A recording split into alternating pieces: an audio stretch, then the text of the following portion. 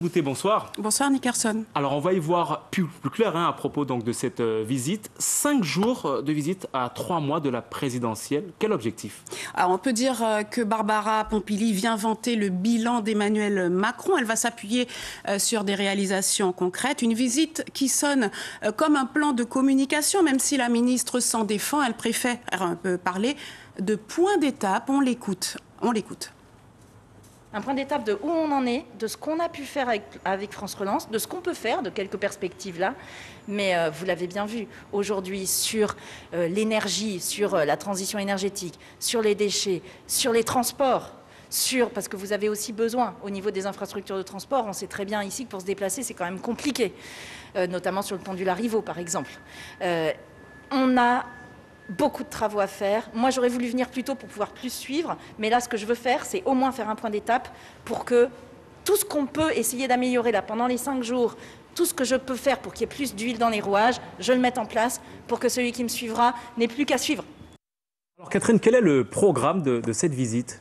Alors elle l'a un peu abordé. Elle va faire un point d'étape, donc, notamment de France Relance, en visitant les entreprises Biostratège et Yanawasai qui valorisent les richesses de l'Amazonie guyanaise. Elles ont bénéficié de financement de l'État. Elle va également inaugurer à Saint-Georges et Cacao des centrales de biomasse, prévues également dans le programme le futur chantier du pont du Larrivaux. Ça, c'est pour ce qui va bien. En revanche, il faut noter qu'il n'y aura pas de visite sur un chantier d'orpaillage clandestin, notamment à Maripasoula, où elle se rendra également. Des ONG comme WWF espèrent quand même enfin obtenir des chiffres du nombre de sites d'orpaillage illégaux en Guyane. Ils ne sont plus communiqués aux élus et à la société civile depuis 2018. Alors, parmi les sujets problématiques en matière d'énergie, Catherine, une problématique n'est pas au programme. Il s'agit du projet de centrale électrique du Larrivaux. Comment l'expliquer? Effectivement, Nickerson, le projet est en ce moment entre les mains des juges. Les travaux ont été suspendus en juillet 2021. L'audience a eu lieu mi-janvier. La préfecture et EDF-pays avaient fait appel. La décision devrait être rendue courant février. Pas de rencontre prévue avec les associations sur cette question. Mais comme Sébastien Lecornu, il y a 15 jours, Barbara Pompili a réitéré son soutien au projet. On l'écoute. Je crois qu'il faut qu'on avance sur la centrale du Larrivaux parce que c'est une centrale qui doit être là pour faire la transition, en attendant qu'on développe le reste des énergies qui soient des énergies renouvelables. Et ça demande effectivement qu'on ait cette centrale qui soit là pour compenser le manque en attendant qu'on soit arrivé au niveau pour les énergies renouvelables. Donc essayons de faire des choses le mieux possible, sinon on les connaît les solutions. On les connaît, c'est faire fonctionner l'ancienne centrale qui ne marche plus bien du tout et qui est très polluante, continuer à faire fonctionner des groupes électrogènes, ce n'est pas satisfaisant. Les Guyanais méritent 10 fois mieux que ça et donc on s'y met tous ensemble, on va y arriver. Catherine, quand on voit le timing, est-ce que la Guyane représente un enjeu majeur à 3 mois de la présidentielle? Ah oui, la transition écologique, c'est un des enjeux de cette campagne. Emmanuel Macron, qui n'est toujours pas officiellement candidat, a été critiqué sur sa politique environnementale. Pour la première fois, l'an dernier, l'État a été condamné pour inaction climatique. La Guyane, c'est 8 millions d'hectares de forêt. C'est donc une vitrine et une carte de visite lorsque l'on parle environnement et biodiversité. Alors, notez que pour François Cussény de Guyane Écologie Les Verts, que nous avons eu au téléphone, cette visite, je cite, arrive bien trop tard. Que pourrait faire la ministre en 3 mois qu'elle n'a pas fait en 3 ans, nous a-t-il dit. Merci Catherine pour cet éclairage. La première étape de la visite de Barbara Pompili était à l'hôtel de la collectivité territoriale. La ministre de la Transition écologique s'est entretenue avec Gabriel Serville ainsi qu'avec plusieurs élus de la majorité dans la salle de délibération. Par la suite, le président de la CTG a évoqué la question du carburant, celle de l'énergie, de l'orpaillage illégal. La problématique des infrastructures routières a également été abordée. On écoute Gabriel Serville au micro de Patrick Clark et Clotilde Séraphin-Georges.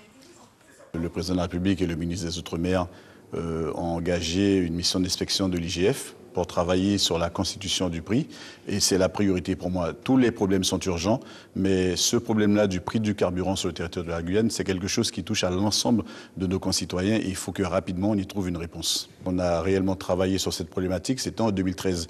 Aujourd'hui, nous sommes déjà en 2022. Il y a beaucoup de paramètres qui entre-temps ont évolué. Au niveau national, international, il y a eu pas mal de changements et donc je considère qu'il y a une urgence absolue à travailler véritablement sur cette question. La Guyane est une terre propice au développement de l'industrie verte. Une nouvelle génération d'entrepreneurs s'intéresse à ce sujet. Je vous propose de découvrir les détails dans un article signé Claire Marine Céleste. Rendez-vous donc sur notre site internet. Dans l'Ouest, l'enjeu énergétique est au cœur des préoccupations. Alors ce matin, les habitants du village Prospérité à Saint-Laurent-du-Maroni ont bloqué le carrefour Margot pendant plus de 6 heures pour réclamer le changement de lieu de la future centrale électrique de l'Ouest. Alors une centaine de véhicules se sont retrouvés coincés. Aux environs de 10 heures, les voitures ont pu passer au compte-gouttes. On écoute Stéphane Apollinaire, le coordinateur de la FOAG, la Fédération des organisations autochtones de Guyane, au micro de Terence Moy. On a voulu donner quelque chose de fort aujourd'hui. C'est toujours le blocage puisque le dossier n'avance pas. Donc nous sommes toujours présents. C'est pour montrer notre visibilité, notre détermination, voilà, notre volonté de vouloir toujours déplacer la centrale de l'Ouest guyanais. Je ne pense pas que quelque chose ait pu changer. Je pense que ça se passe au niveau national, au niveau du gouvernement. C'est là qu'on doit toucher normalement. Alors on va se concerter, je ne peux pas dire aujourd'hui ce qui va se passer, mais je sais, le chef, on en a parlé avec le chef Yoboto Jaber. Il y aura autre chose, je pense, beaucoup plus fort la prochaine fois. Le site où sera implantée la future centrale électrique de l'Ouest, située à moins de 2 km de ce village Prospérité, est en fait le nœud du problème. Le projet divise au sein même de la communauté kalinien. Les explications avec Terence Moy et Éric Léon.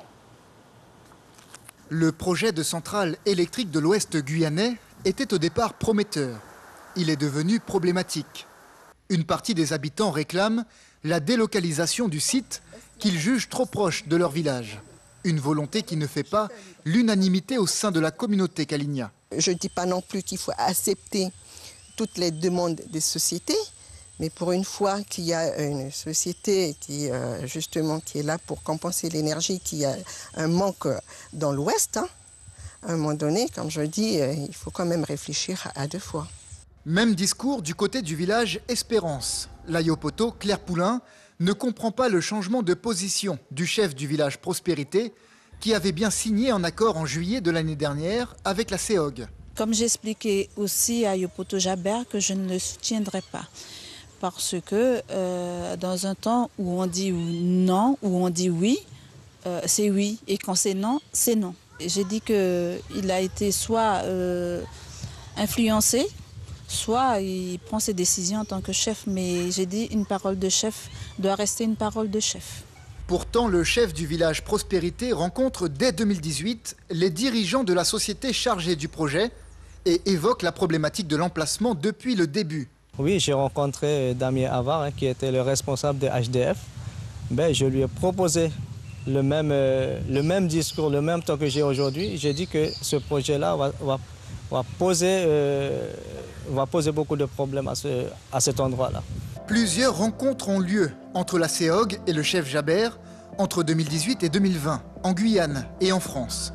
Ces rencontres seront les bases de cette signature entre les deux parties en juillet 2021.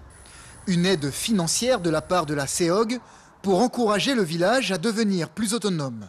Pour financer une scierie, pour financer des tracteurs, pour financer des pick-up, et puis qu'après il y a un revirement, nous on se pose des questions, c'est de là la voix du chef n'est plus crédible. La CEOG aujourd'hui dispose de toutes les autorisations nécessaires pour démarrer le chantier. Reste à savoir si le mouvement de protestation va s'amplifier. Les Jeux olympiques d'hiver à Pékin.